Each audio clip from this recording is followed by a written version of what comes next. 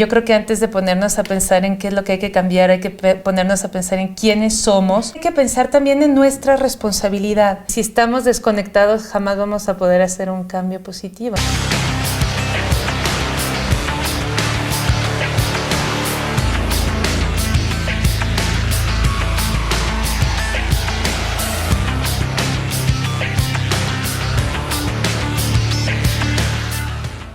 Guadalupe Nettel, muchísimas gracias por recibirnos en tu oficina para Luces Ciudadanas.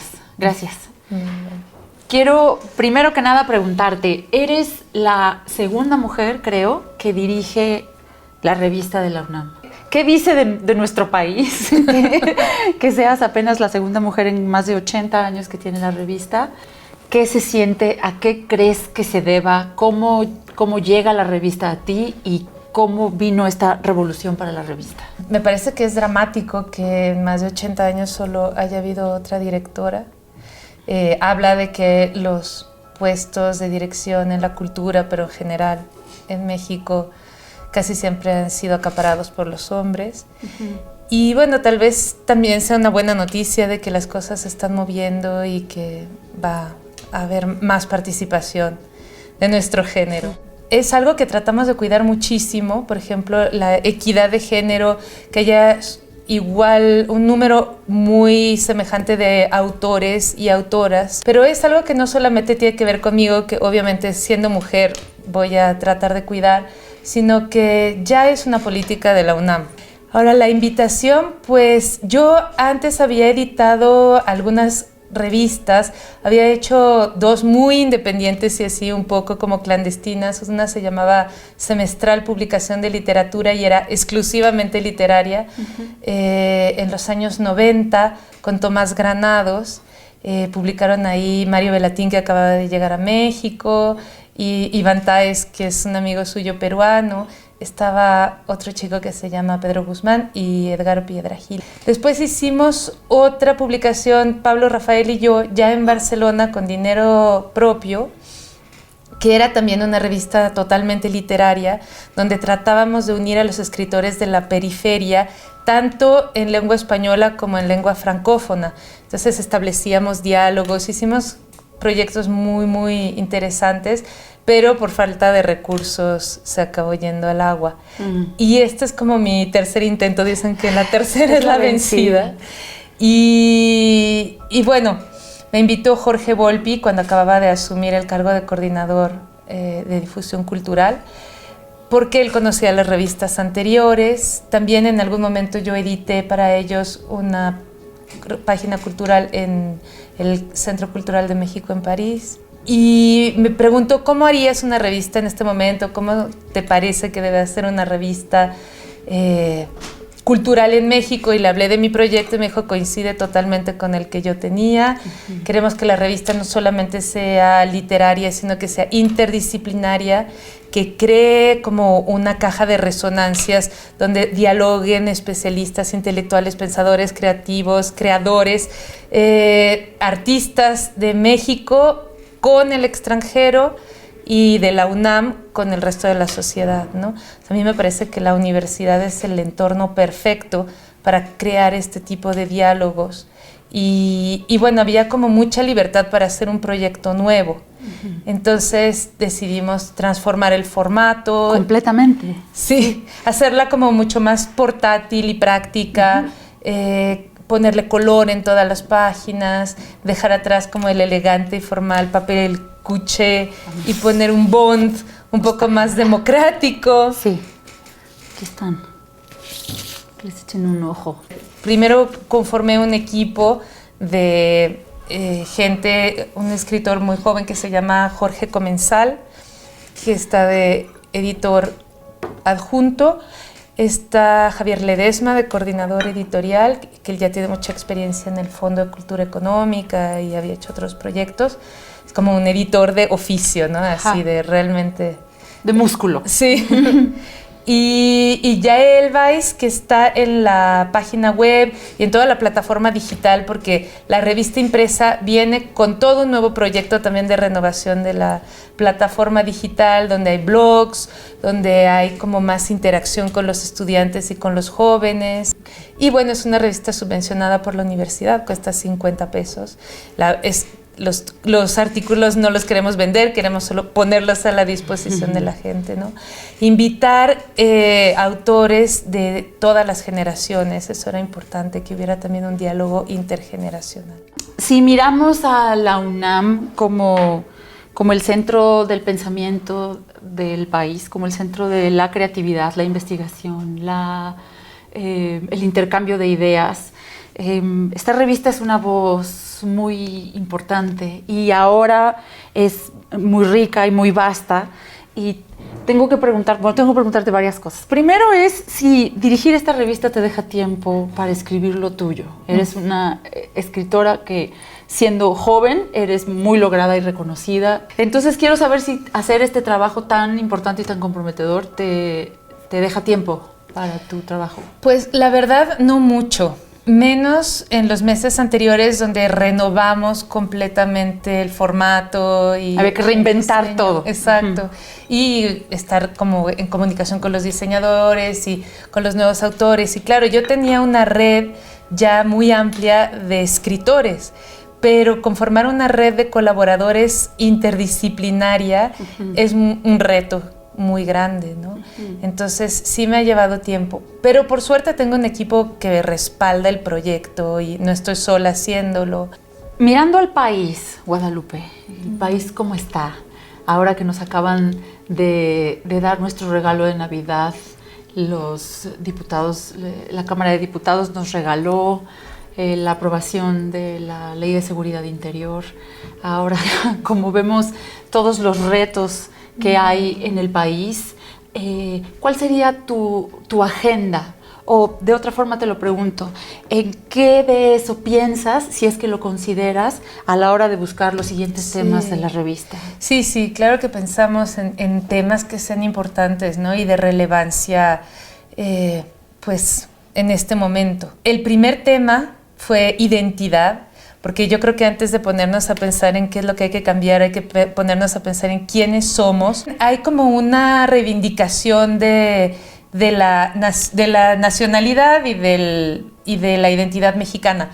Pero al mismo tiempo es algo que nunca ha quedado muy claro, ¿no? Como que nos han vendido muchos mitos acerca del mestizaje, por ejemplo, o de que nuestros ancestros eran únicamente Netzahualcóyotl y Moctezuma, y no es verdad. Entonces yo creo que eso era algo muy importante, que empezáramos a pensar en la identidad mexicana y también si formar parte como de algún grupo, de algún partido, de lo que sea, estaba de alguna manera coartando nuestra libertad de pensamiento. Después hablamos en octubre de las revoluciones, porque se cumplían 100 años de la Revolución Soviética. Entonces hay un artículo muy interesante acerca del papel que tuvieron las mujeres en esa revolución, de todos los logros que habían alcanzado, por ejemplo, el aborto, el divorcio fácil, etcétera, seguridad social, seguridad para sus hijos cuando eran madres solteras, y de cómo esos logros durante el estalinismo se fueron al agua, ¿no? También pensamos cuáles son las revoluciones que están ocurriendo en este momento, cuáles tendrían que ocurrir en este momento, cuáles son los cambios que se necesitan, ¿no? O sea, ¿son vigentes las revoluciones? ¿Dejaron algo las revoluciones del siglo XX? ¿Y cuáles serían las del XXI? El tema de noviembre es la extinción, un tema tan de actualidad como el fin del mundo. Estamos hablando de cambio climático, por ejemplo, ahí, sobre todo de extinción de las especies, de extinción de las lenguas indígenas. Hay una antología muy linda que hizo Miguel León Portilla, donde los poetas de distintas lenguas indígenas, como zapoteco, tlapaneco, náhuatl, hablan de sus propias lenguas y de la extinción de sus lenguas. Entonces está la transcripción, pero también pusimos un QR para que se escuchen. Accedes a un enlace de internet y ahí escuchas, o YouTube o lo que sea, ¿no? Y acá es un SoundCloud donde están los poetas recitando en su idioma. Qué bonito. Y tratamos de utilizar justo mucho ese recurso del QR para que si estamos haciendo una reseña de música, se escuche de lo que estamos hablando. Puedes acceder ahí mismo en la revista a lo que están reseñando o a lo que están criticando. Sí. Y también es como una manera de acercarnos a las nuevas tecnologías, a los nuevos soportes. Hablamos también mucho de novela gráfica, incluimos fragmentos de diferentes novelas gráficas de cualquier país, como una manera de acercarnos a los estudiantes y al público más joven, que es algo que nos interesa muchísimo.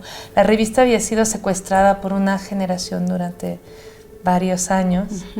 Y creo que es momento de devolverla a toda la sociedad, porque la revista fue súper importante. En los años 60, que la dirigía Luis Villoro, llegó a tirar 20,000 ejemplares y era la revista que más se leía, ¿no? O sea, aparte de ser la publicación cultural más longeva. Teniendo esta dirección hacia los jóvenes y viendo la importancia de su presencia, de su compromiso, de su participación, no puedo dejar de mencionar, con miras al 2018 y a lo que está ocurriendo en el país, te lo voy a preguntar de esta manera. Un amigo director decía que el teatro era tan poderoso que si colocáramos suficientes teatros en puntos estratégicos del planeta, podríamos cambiar el mundo.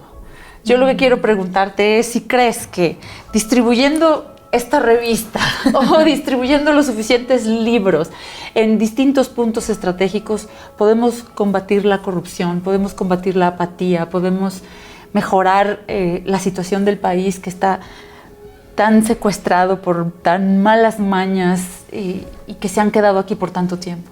Yo creo que sí, pero al mismo tiempo una de las premisas que tenemos en la revista es que hay que pensar también en nuestra responsabilidad. Casi siempre estamos en los editoriales ya haciendo un llamado al lector, diciéndole, ¿y tú qué estás haciendo? ¿De qué manera estás participando? ¿No? Yo me acuerdo que cuando fue el levantamiento zapatista en 1994 y habló el Comité Indígena Revolucionario, dijo,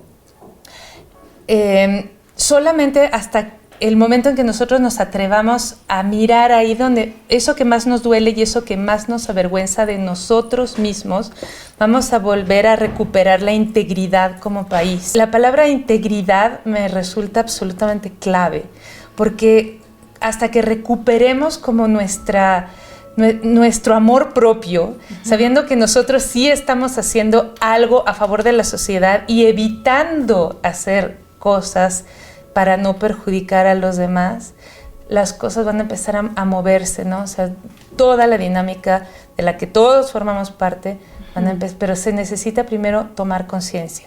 Y yo creo que eso es lo que busca la revista, o sea, ir como ahí, ¿no? A ese punto de toma conciencia y luego empieza a cambiar. Con esta idea de la toma de conciencia, a mí me llama la atención que llegando en la última década a unos niveles de violencia en el país, por ejemplo, que son inéditos, también a nivel de conciencia social se ha llegado a un porcentaje muchísimo más grande.